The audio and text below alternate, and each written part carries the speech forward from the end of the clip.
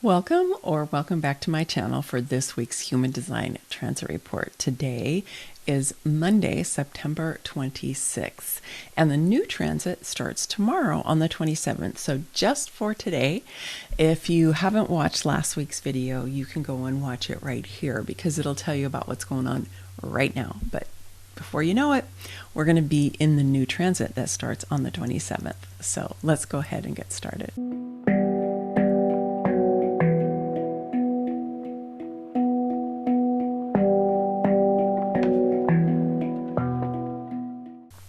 Just a reminder that we have got 6 planets retrograde right now. We are going to be coming out of that soon. In another few days, Mercury is going to go direct, and then another week after that, we're going to start having the other planets, some of the other planets turning around.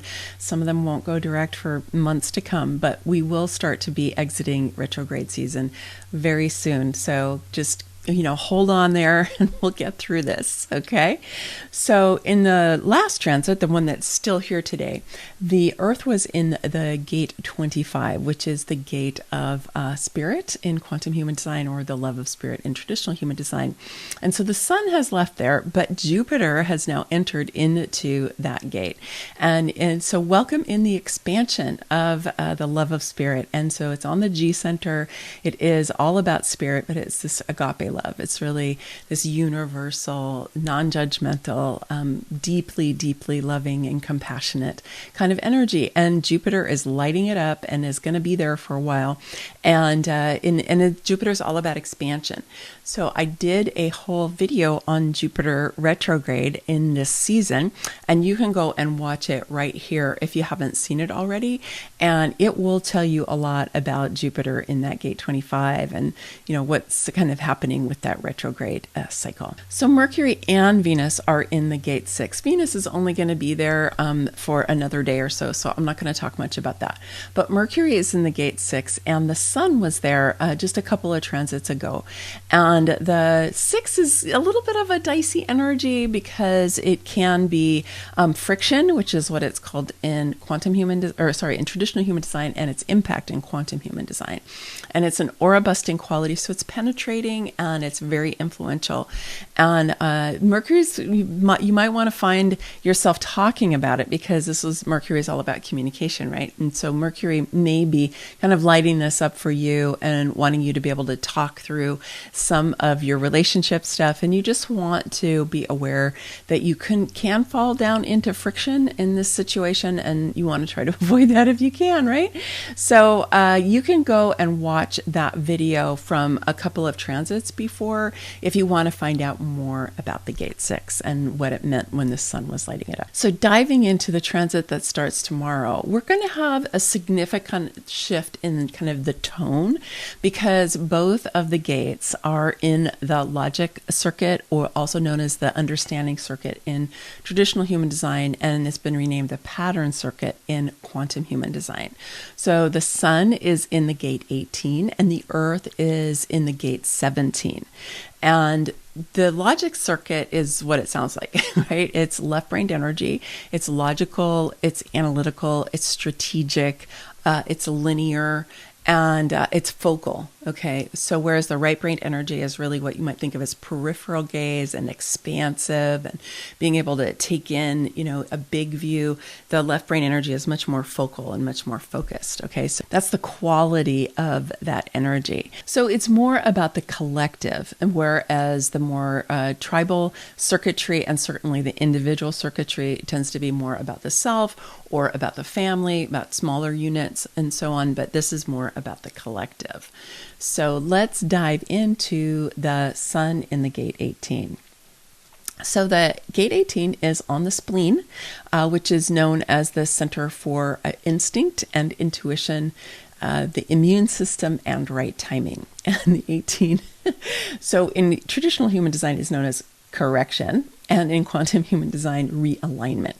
And so it's an energy that can have an edge to it. It can be a little bit gnarly because nobody really likes to be corrected, right? I mean, nobody liked getting, your math paper back with red marks all over it, or your English essay back with red marks on it. Nobody likes that association of being corrected. Okay. So in quantum human design, it's been renamed realignment because in its higher expression, it's really about being able to see patterns, right? Because it's a pattern circuit, see patterns, see where it's out of alignment, and then helping to bring it back into alignment, right? And its mate on the root center is joy. So it's about this joy that you get to feel when things come back into alignment. So it does have to do with order. It has to do with how systems work.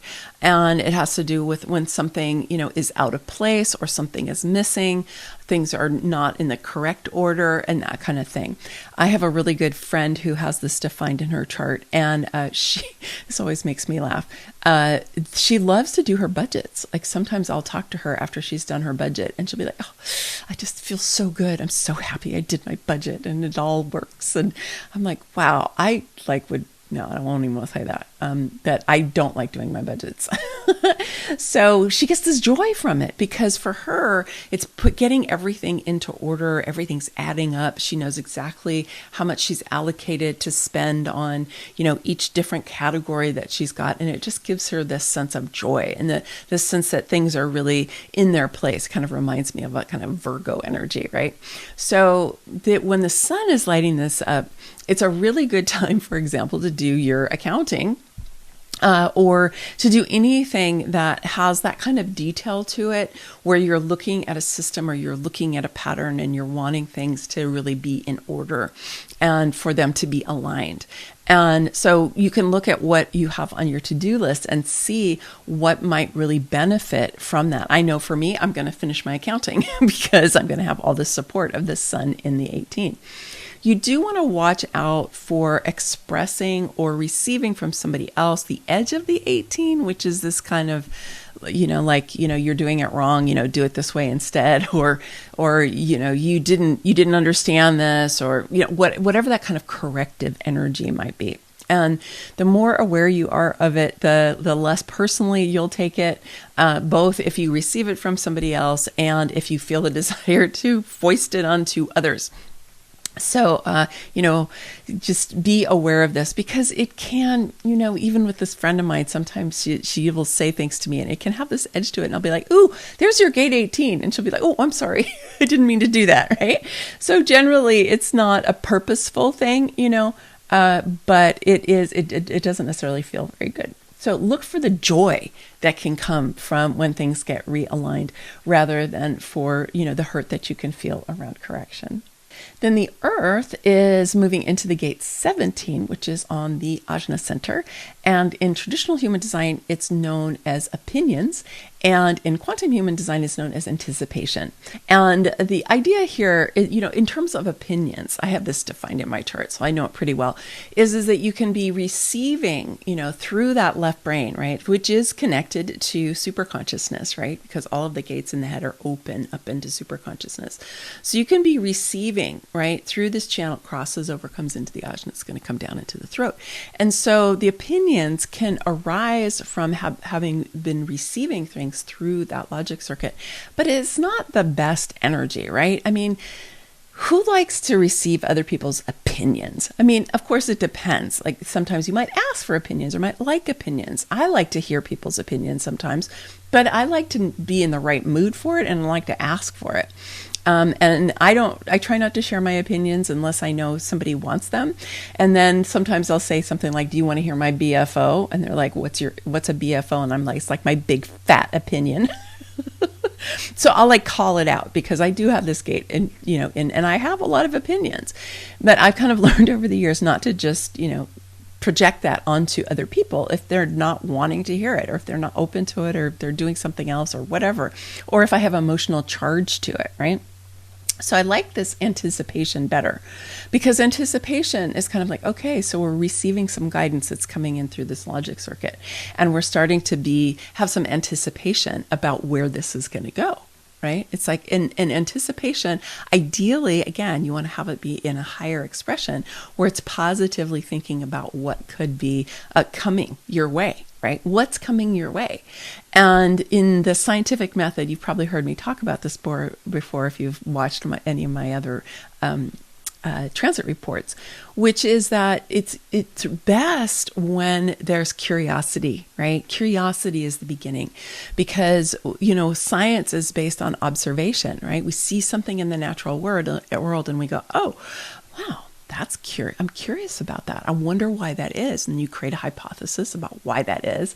And then you can want to start to study it, and you can have an anticipation about what you're going to find. Now, the thing is that if you create a hypothesis and you enter into it with an opinion, that is probably going to muddy your study. It's going to muddy the thing that you're looking for. If you are already predisposed to think it's definitely this way, right? Which is what an opinion is.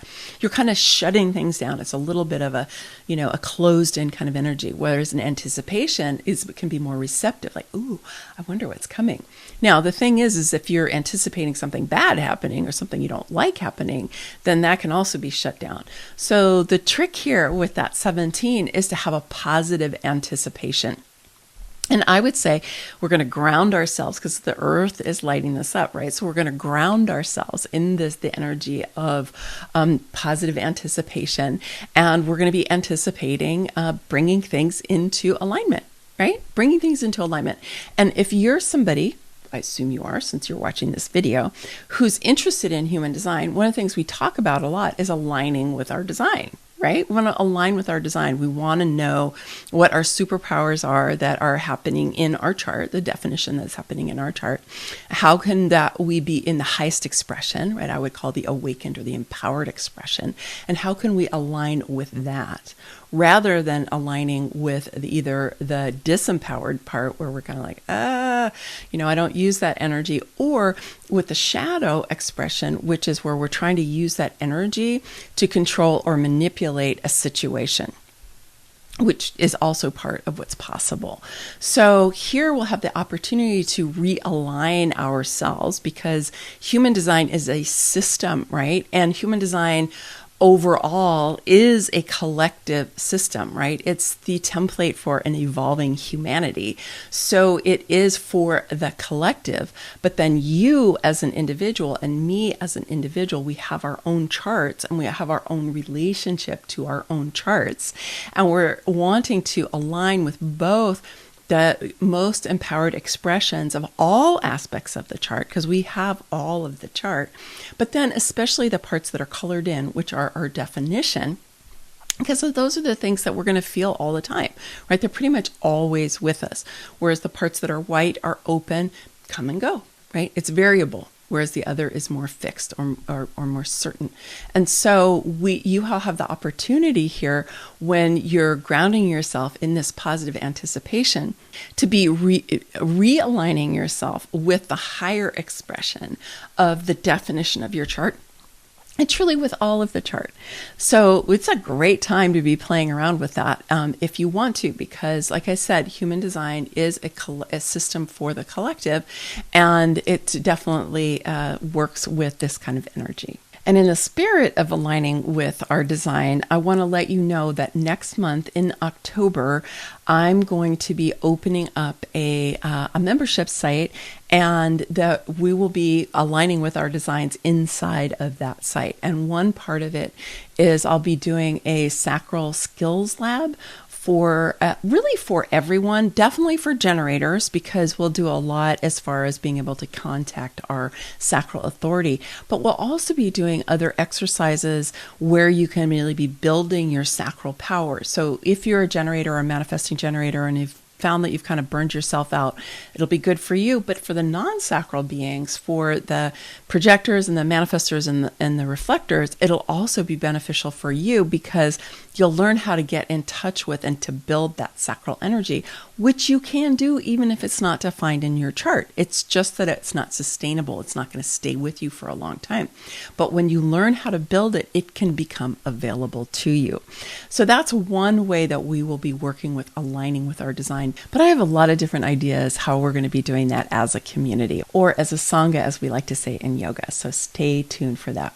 And if you haven't had a chance already to download your copy of Get Started with Human Design and the Reflection Journal, I really encourage you to do that because it will help you to get to know the Human Design chart better. You can use it to understand your chart better. It'll also bring you into my community if you're not already there, and then you'll find out about the different things that I'm going to start offering to you soon.